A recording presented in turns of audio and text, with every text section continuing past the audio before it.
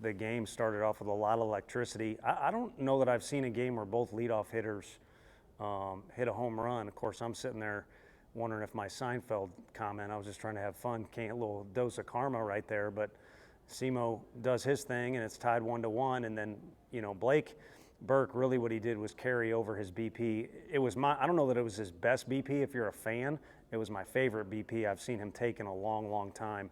And I think the ball he hit there was, or really the night he had, was a byproduct of that. But it looks like it's going to be, if you're a fan, you're probably, sitting there thinking if maybe you don't know the game as well as we do, we're going to keep scoring and they're not going to stop us. Well, that's not how it goes. They make an adjustment, and then our guys had to adjust, and then there were different things that went on in the game, and you saw our guys do whatever they needed to do to kind of piece together offense. Because, again, 9-inning game, if you don't have the run rule thing, but over the course of the game, there's going to be a lot of different things that happen, and you need to just keep playing, and there'll be some things that go well and some things that don't go well.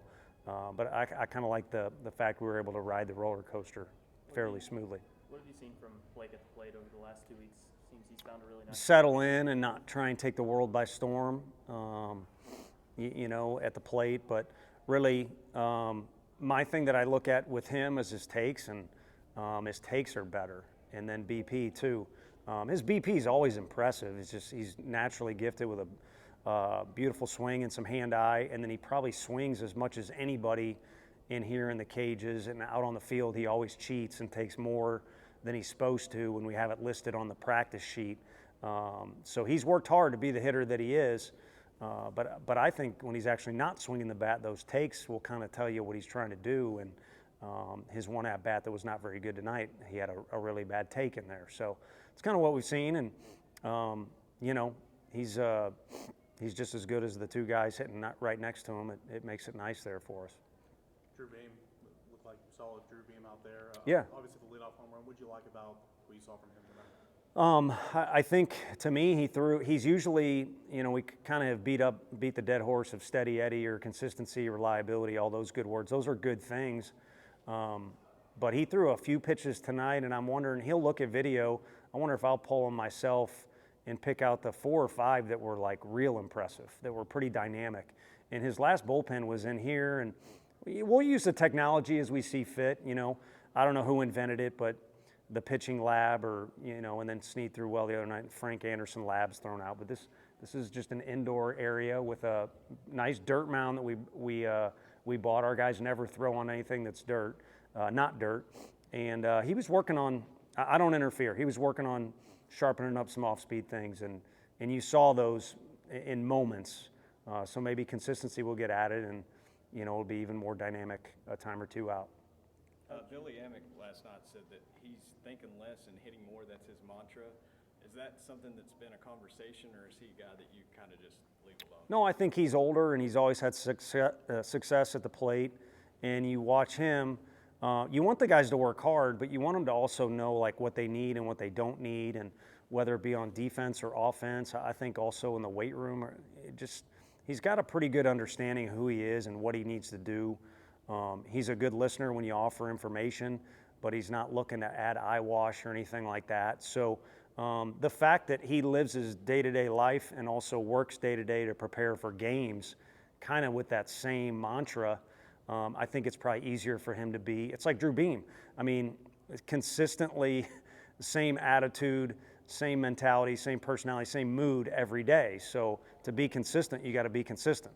And that it sounds kind of dumb to say it, but it really is, an equation that works. And I think for Billy, what he's doing in the game is also what he's doing day to day. And so that it's nice he's letting that kind of mindset work for him, and maybe he can talk to a couple other guys to think less and just play more. You see Hunter Ensley kind of working himself out of the little rough patch at the plate? Yeah, I mean, sample size. I printed off. You got the regular stats that you guys look at, and then we got a lot of other subsets of that. And I printed off a subset. I'll keep to myself what it was, but I literally printed it off today, and then I started to look at it, and the sample size is not big enough, and I threw it away in my trash can next to tzatziki's, which was delicious. I ate it all, but the plate that the tzatziki's was on. But sample size isn't big enough to start getting too critical. And if the coaching staff that's in charge of, I met with one of our guys upstairs today, And we may not make the right decision, but it won't be because we haven't put time into it. We haven't discussed. It's important to us. And so if it's not important enough for us to start breaking down these stats too much for guys, then there's some glaring things they need to pay attention to, but we're still not to the point where you can fully judge where a guy's at, I don't feel like. How much can success fuel even more success at the plate like it did during the bottom of the sixth? Yeah, I mean, it kind of starts to feed one another. I mean, we want guys to have productive at-bats, so if a guy gets hit by a pitch, even though he didn't do anything, and then he moves up on a ball in the dirt, just for an example, now all of a sudden the guy at the plate can move the runner, he might drive him in. There's more opportunities to look good to the fans or have a quality at-bat to make the coaches happy or to make him feel good as a player. When your teammates do their job, they make it easier on you to do your things, and then when you do your thing, you make it easier on your teammates. So it kind of feeds itself, and I do feel like we have that lineup that was mentioned. It was one of my favorite things ever said about our teams is in 2020, you could flip our lineup upside down and it would kind of be the same thing. And Hunter Ensley has led off in about as important a game as you can ever play in against the best competition amateur-wise you can play, and he also has hit 9. And that's just one example. Peebles has moved all over the place. So I think it's a lineup that's got good depth. We've got guys ready to go off the bench. And if everyone's just kind of doing their part, they'll make it easier, and then the whole thing will kind of feed itself or feed each other, however you want to say it. Sterl says feed the floor. Tony, do you have a plan for who's going to start tomorrow? No, and I don't know that we'll even come to that conclusion in the next couple hours.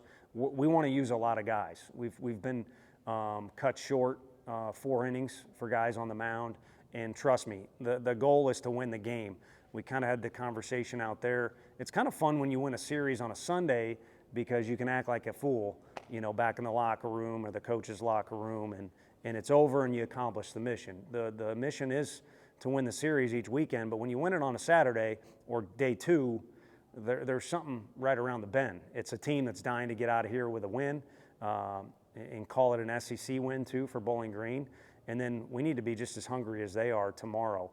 Having said that, we do got to see the whole season as a big picture, and Combs just needed to throw tonight. It'd been too long, and maybe I'd mismanaged that, and we need to get some other guys out there. So whoever throws the first inning, there's a relatively decent chance it's a different guy the second inning.